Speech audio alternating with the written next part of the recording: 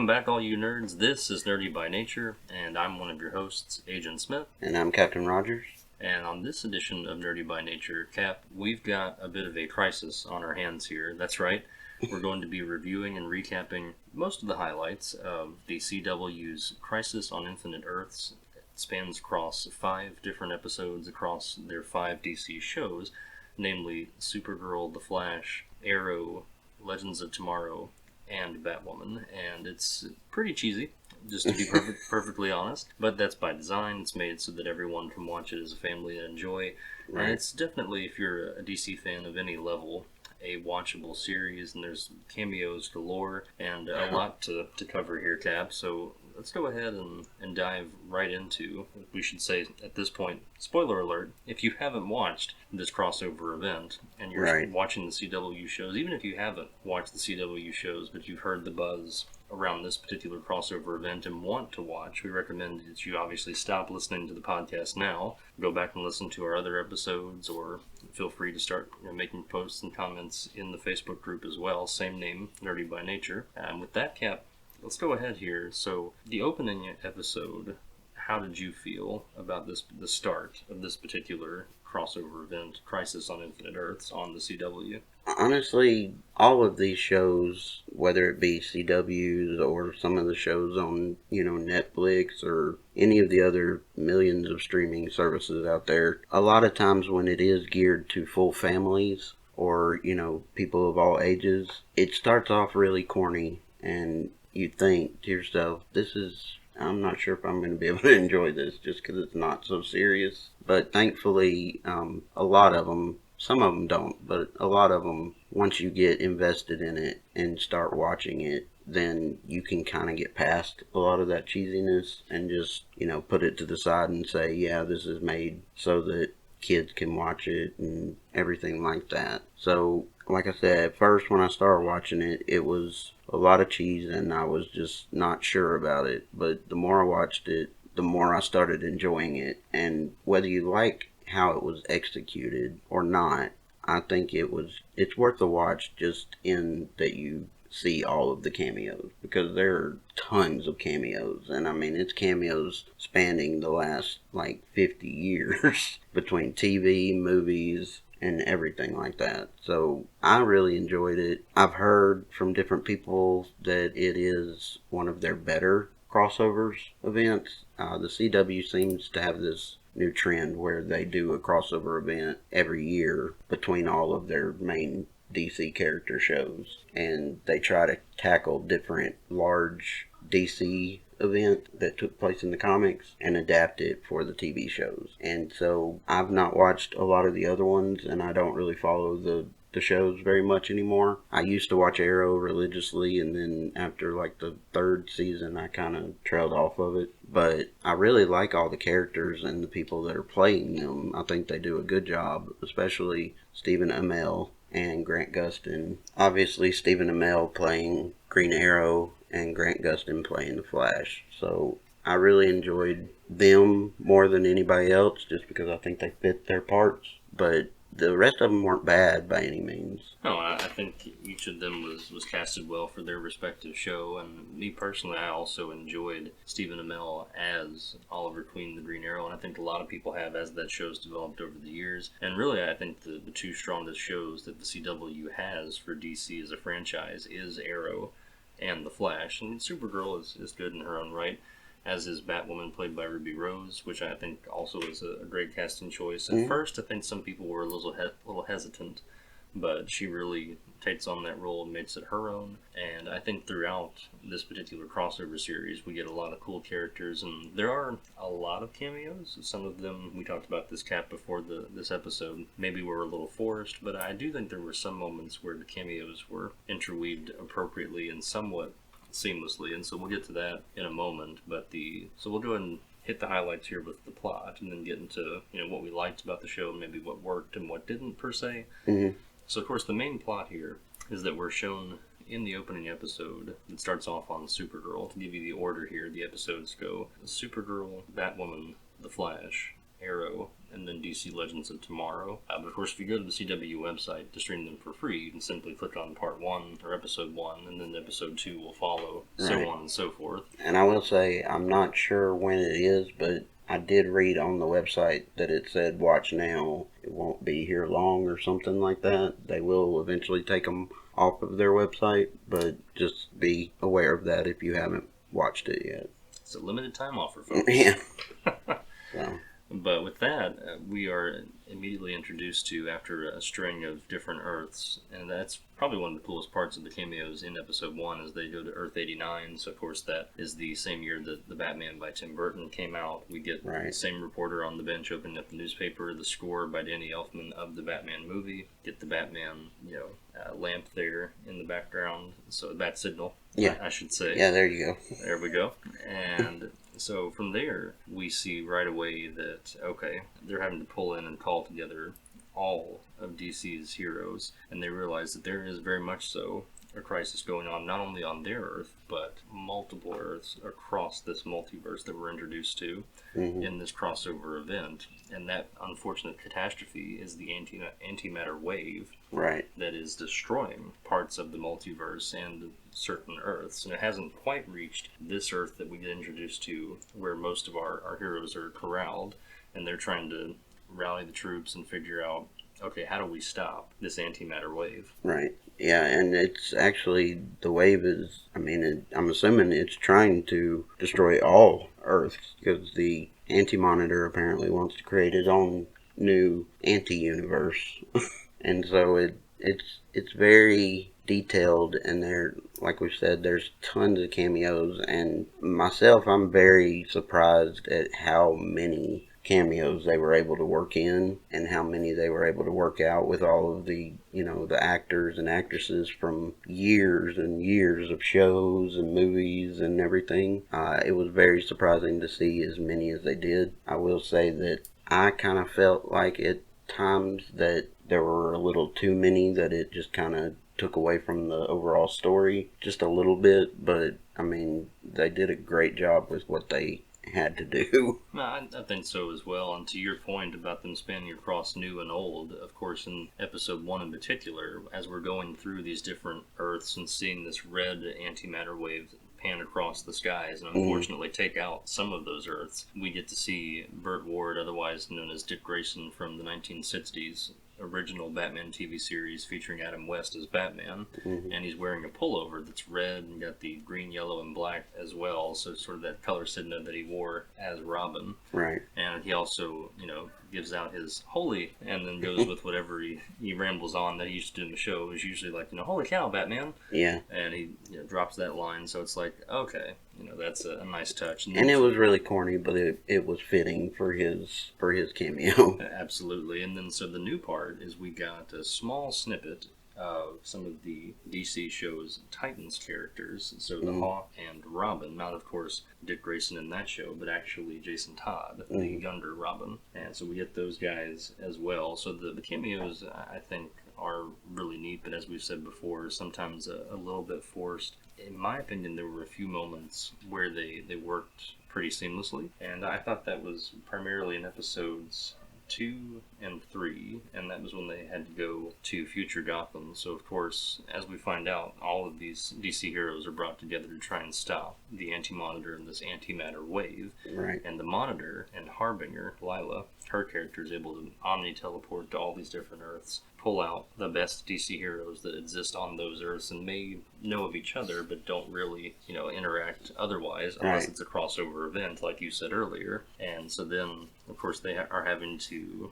go out and find these paragons to try and stop the Anti-Monitor, and the Monitor brought all of these people together because he thought at that moment in Episode 1 they could stop the antimatter wave and the whole thing from even beginning on their Earth, which unfortunately they're not able to do. But that leads us to Episodes 2 and 3 that gives us the cameos of Kevin Conroy as Old Man Bruce in the future Gotham, which was awesome. Anytime we get Kevin Conroy as Batman or Bruce Wayne, I think that's just super cool. Right. And then we also got the Smallville Superman which is Tom Welling, and the Lois Lane from that Smallville show, which is Erica Durance. And so I thought that in those moments, they interweaved them into the plotline pretty well, because they tried to find the paragon of truth, which in this case was Superman, but they weren't sure which Superman it was. Right. So I thought there were some instances where they kind of put them in and they made sense, but there definitely were other cameos where it was like, did we really need Robin going down the sidewalk? Right. And I will say that the one thing that I didn't really care for was Kevin Conroy's Batman having killed his version of Superman. That kind of bothered me a little bit, but I mean, you could understand in his world and how it was that it was something I guess he felt he had to do. And I mean, of course, we don't know what that Superman was up to or if he was a good guy or a bad guy. I mean, for all we know, that particular Superman on that Earth could have been like the Red Sun Superman, which was kind of an off what if type story where it was what if Superman had been born in Russia and became a Russian character, and that version of Superman, what would that be like? And so, like I said, for all we know, that could have been that version of Superman that had to be taken out. But it was weird that they had Kevin Conroy's Batman go that far. I mean, he was very messed up and just done with all of it, but it just seemed weird to me.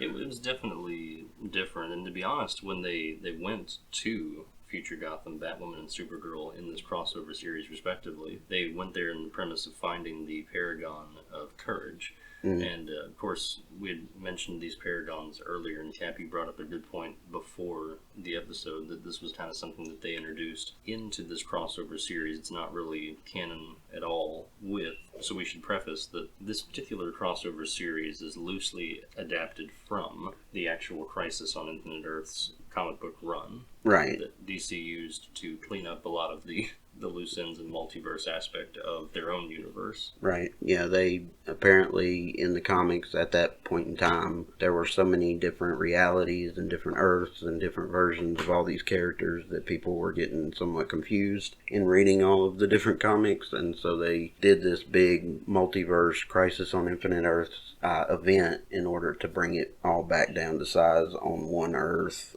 to where it wasn't near as convoluted and just so many different versions of everybody. But yeah, the Paragons, from what I've read, that was something new that they put in for the show that wasn't in the comic event. And with that being said, so me personally, when I was watching and I heard them say, well, we have to go to Future Gotham and find, you know, this Batman of the future, or this Batman, this Paragon of Courage. Right. And of course it ends up being Ruby Rose's character Batwoman, which is a great surprise. I thought that was awesome that they, you know, included her, even though she's a fairly new character to the CW. Not obviously a new character to the DC lore, but I thought it was just neat that they gave her the Paragon of Courage. As being a Paragon in this particular crossover series is kind of a big deal.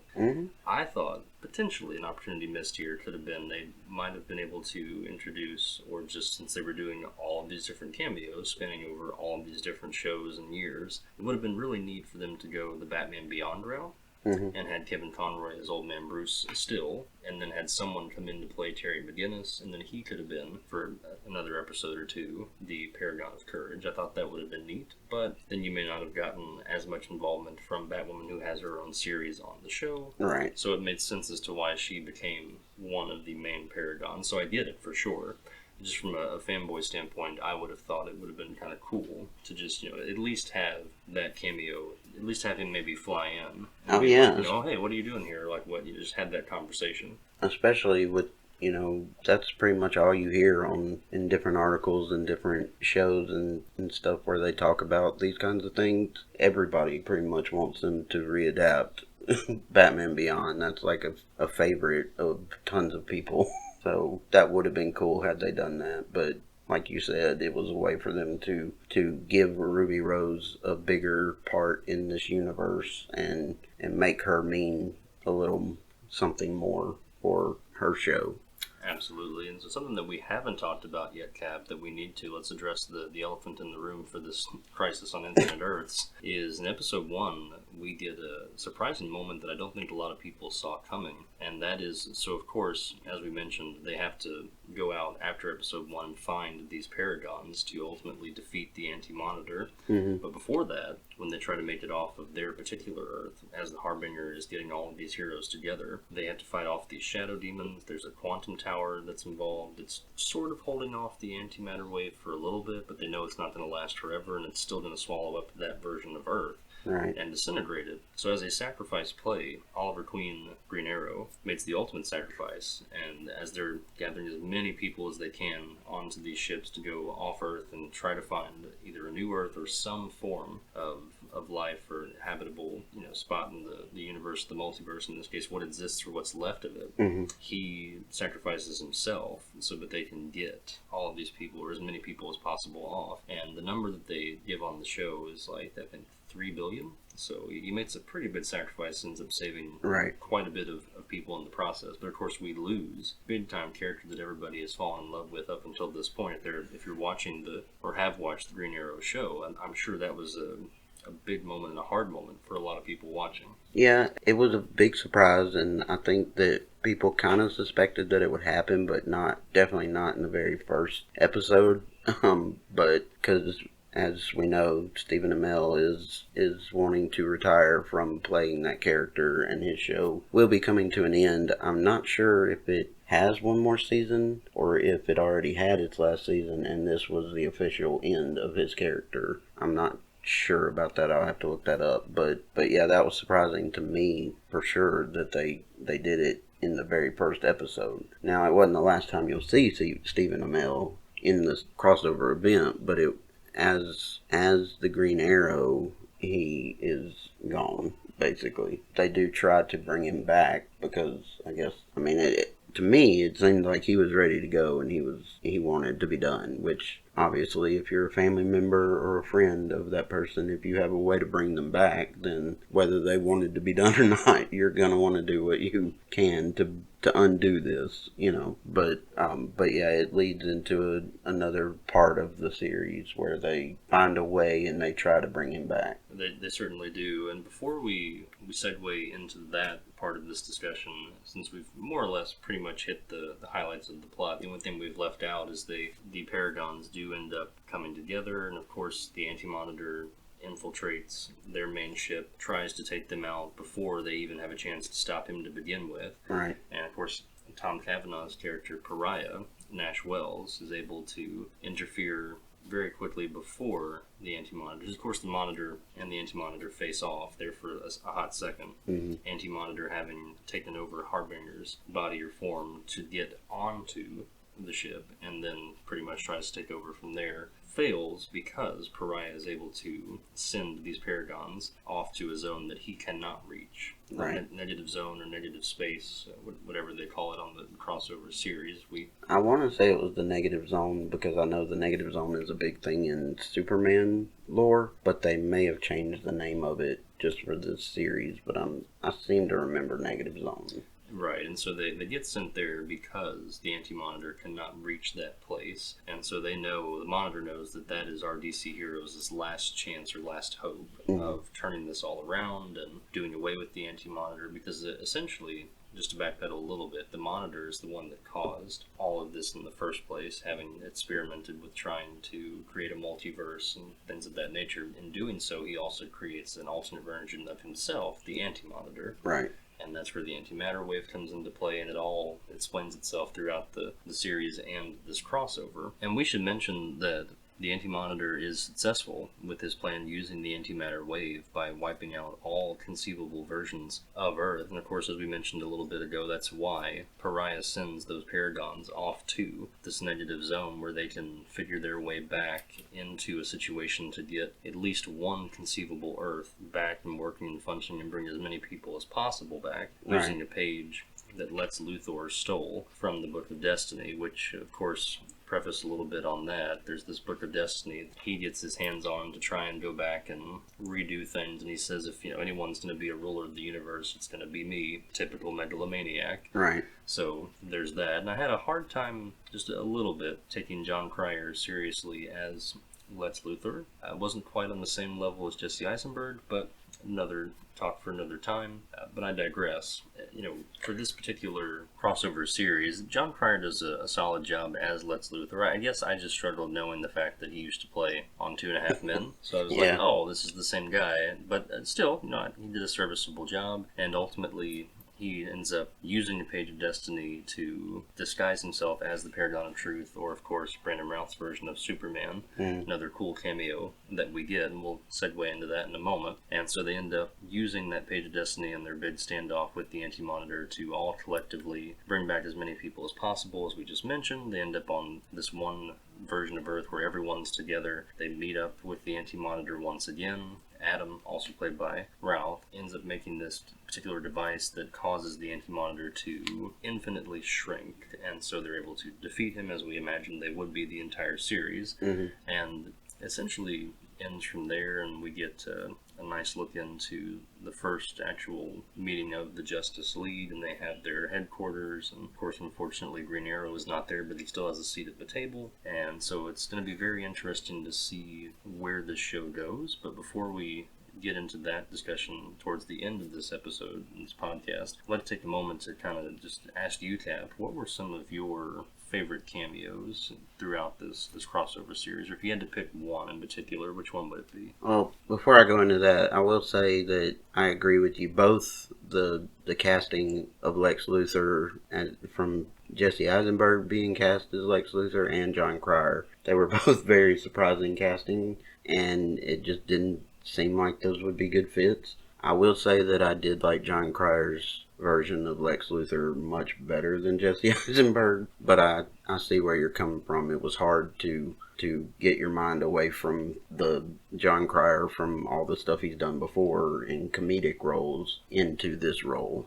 But right, and respectively, both John Cryer and Jesse Eisenberg, solid actors. Yeah, very much so. Do very well in their films. I just think for that Lex Luthor, that villain type role, right, I think we just have a hard time seeing them, or most people have a hard time taking them seriously in that megalomaniac right, villainous role, is what we're saying. Definitely. Agreed. But I would say that my favorite cameo, it would either be Ezra Miller as the Flash, which was a very surprising cameo that nobody knew was coming until it happened on the show. Like, they kept that one under wraps. They made all kinds of announcements about all the other cameos, but that one was kept quiet until it happened. And then either that one or Tom Ellis as Lucifer Morningstar. And the reason I say both of those, which I'm a big fan of Lucifer, I like the show, and I want it to continue. Obviously, it apparently only has one season left. But what I liked about those two cameos was that was just such a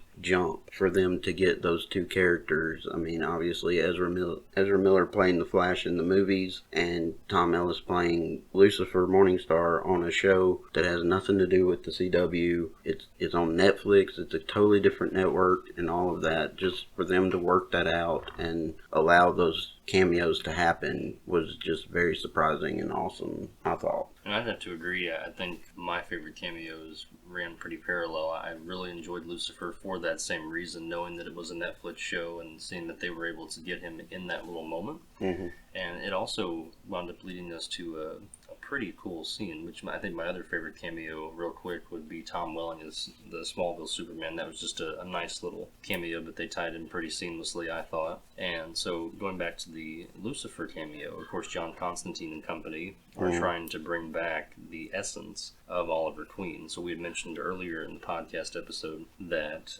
he, of course, passes on in the first episode of this Crisis crossover event where he has to make the ultimate sacrifice and is ready for it. And so they find the only Lazarus pit left. Of course, all of these infinite Earths are disappearing rapidly. And so they know of Lazarus pits, those being, of course, objects used, natural bodies of water that have regenerative and even, in some cases, immortalizing effects, mainly used by Ra's al Ghul, popularized in the comics by him. He finds them quite by accident. And so John Constantine usually is able to help out in these situations and revitalize people, but because of the antimatter wave, he's not really able to do so. He doesn't have full access to his heavenly and otherworldly powers.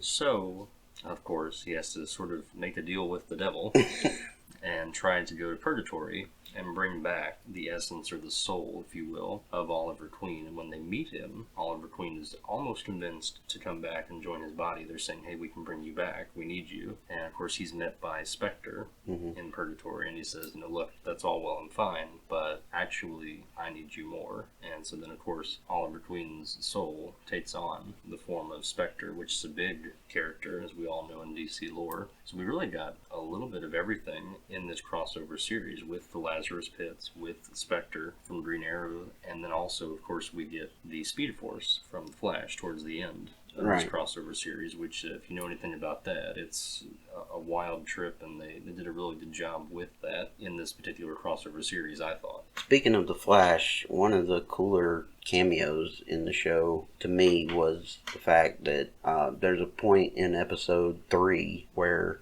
Grant Gustin's Flash finds, I guess it's where the machine that the Anti-Monitor is using to create the antimatter wave, he finds that, and they're trying to destroy it to end this, and come to find out that John Wesley Shipp's Flash character, which he played Flash in the 90s Flash series that they had, which I've never seen it, but he's had a cameo in the Flash before. So anyway, Grant Gustin's Flash ends up at this machine that is running the Anti-Monitor wave. And at the machine, the person running it and the way it's being run is by John Wesley Shipp's character, the Flash, from the 90s show, is running on this treadmill-like machine. And that is, I just wanted to say that was a quick nod to the comics, because in the comics, Flash has this, what's called a cosmic treadmill, and he utilizes it to bring the Speed Force in and be able to time travel somehow. And so showing that is just a quick nod to the comics, but he's there to destroy the machine, and Grant Gustin's character, the Flash, doesn't think that he's going to come back from this mission. And so he's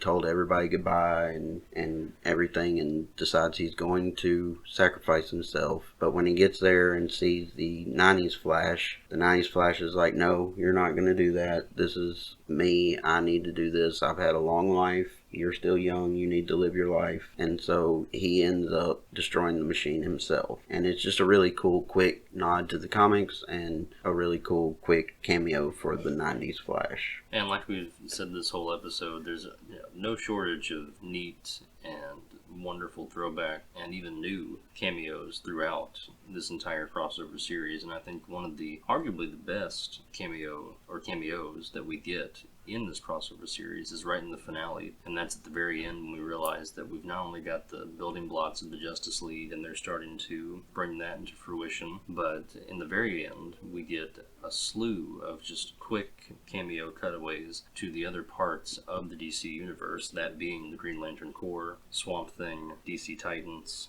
and so on and so forth. And it's just a really cool way to end this crossover series. Definitely. And before I go any further, I did want to bring up, I'm probably thinking a little more into this than I should, but one minor gripe I had with the show was actually one of my favorite cameos, being the Ezra Miller cameo, Flash, from the movies. It's made out that his Earth has been destroyed. Like when Grant Gustin's Flash and Ezra Miller's Flash have a conversation, it's talked about like that Earth that he's from has been destroyed. And if you think about it, that's the same Earth that Aquaman is from. Jason Momoa's Aquaman. The Shazam movie is from that Earth as well. Batman, the Superman, all of them are from that Earth, and Wonder Woman. So it kind of, I guess you could just say that it was brought back when at the end of it, but at the same time it kind of puts a kink in that universe, because it's like saying that Earth was destroyed. And so, like I said, I think it was just more a cool cameo with Ezra Miller's Flash, and I'm probably thinking too much into it, but it did come to mind that kind of messes with the continuity of the movies. Well, it's understandable, I think, to have that thought process for a second, because that particular version of the Flash very much is, at least was a part of the DCEU. Right. Obviously won't be moving forward from the best of our knowledge and reports that we've read. Mm-hmm. But I feel like a lot of DC fanboys and fangirls probably wouldn't have too much of a problem with some of that particular DCEU being retconned, which I don't know that that'll happen from this particular CW crossover series event, but definitely one that made you think when you really start to look back and analyze the crossover series and the cameos, some in specific, like Ezra Miller's as the Flash. Mm-hmm. So it was just something that I picked up on, and like I said, it's probably just something, a throwaway, something that we shouldn't take too seriously, but it stuck in my head, and I couldn't look past that. That's fair, and I should mention that we also got a quick snippet of the Doom Patrol gang dancing around there in that end series where they had the Swamp Thing, Titans, and the Green Lantern Corps, and so on and so forth. Right, and it's also kind of odd that they brought in the Swamp Thing, since as fast as that show was created, it was canceled. So, but of course, still very much a part of DC Entertainment. It is. Like we talked about, that's what they were ultimately going for with literally all of the cameos. True. And with that, it's going to bring this particular episode towards an end. But before we close out this episode on Crisis on Infinite Earths, Cap, let's go ahead and give the series as a whole, this crossover event, a true Nerdy by Nature ranking. So I'll start. Mm-hmm. For me, it was solid, it was watchable, but to be honest, the cheese was sharp cheddar, to put it into terms. Agreed. And some people like sharp cheddar. On occasion, why not? For me, it was a little much, and again, I had to remind myself that this was on the CW and not a Netflix or an HBO type show, so the budget is not quite as big, but I think for what they were able to do and what they were able to accomplish, solid effort, and again, a very watchable show, especially if you are a DC fan, so I recommend it. So with that, I'm going to clock in here at a 3 nerds. 3 out of 5. 3 out of 5 nerds. Yeah, I would agree with that, and I'm going to give it the same, just because, like you said, the cheese was really thick, and I understand why they did it, and the way that the CW shows are done, they want it to be for everybody, so it's understandable. But at the same time, if they never let up on the cheese, it kind of gets to you after a while. So I would agree with that rating. No doubt about it, Cap. And so with that, it's going to close out this edition of Nerdy by Nature. So be on the lookout for our next episode. Be sure to hit the like button, subscribe, share this with anybody that you feel would be interested in this realm or this type of podcast. We always appreciate you, the listeners, for listening. I think we're about 78 strong on our Nerdy by Nature Facebook group, hoping to get to I know we said 100 by the end of February. I'm going to go ahead and scale that back a little bit to 85, so we'll see if we can get to the 85 mark by the end of this February, and just go onto Facebook in the search query, search for Nerdy by Nature. There might be a few that come up, but just look for the one that has 78 members and the Nerdy by Nature logo, same one as you see on your podcasting services, and where you can listen. We're now also, I should mention, fun fact, available on Spotify as well, so feel free to hit up Spotify, stream us on the way to work, your choice, wherever you listen to Spotify or any other version of a podcasting streaming service, such as Google accounts, iTunes as well. So we're all across the board. Feel free to look up Nerdy by Nature. So on our next episode, we're going to go ahead and keep this DC train rolling right along, and we're going to go watch and then of course review and recap in true Nerdy by Nature fashion the Birds of Prey film, also known as the Birds of Prey and the Fantabulous Emancipation of One Harley Quinn, featuring Margot Robbie, who does a stellar job as Harley Quinn, so much to the point that I really couldn't think of anybody else being Harley Quinn. She embodies the character and the role. Got a good supporting cast, and Ewan McGregor is the main antagonist as the crime lord villain. So really looking forward to seeing exactly what this movie looks like. It's going to be, to the best of our knowledge, a follow-up from the Suicide Squad film. I think it'll be important for fans of DC in particular to try and go into this movie removing yourself from the way that Suicide Squad went. Right. It very much started out great, but then went a little sideways. And so I think you just have to go in with an open mind and realize that Margot Robbie is a strong enough actress to carry this film. And I think it's going to be a lot better than some people are anticipating. It seems to be getting a lot of positive hype right now. Yeah, I was going to say, from everything that I've heard, I think that it is going to be a lot better than Suicide Squad, and I think it'll carry on with the trend that DC is on right now of doing their solo, not necessarily connected with everything trend with all their characters. And much like Ryan Reynolds and Deadpool, I feel the same way you do about Margot Robbie as Harley Quinn. She just embodies that character so well that I can't imagine anybody else playing her in a live action role either. So I'm excited about it, and I'm hoping that it's a positive turn and positive continuation of what DC is doing lately. And so until next time, all of you nerds, I'm Agent Smith signing off. And I'm Captain Rogers. God bless.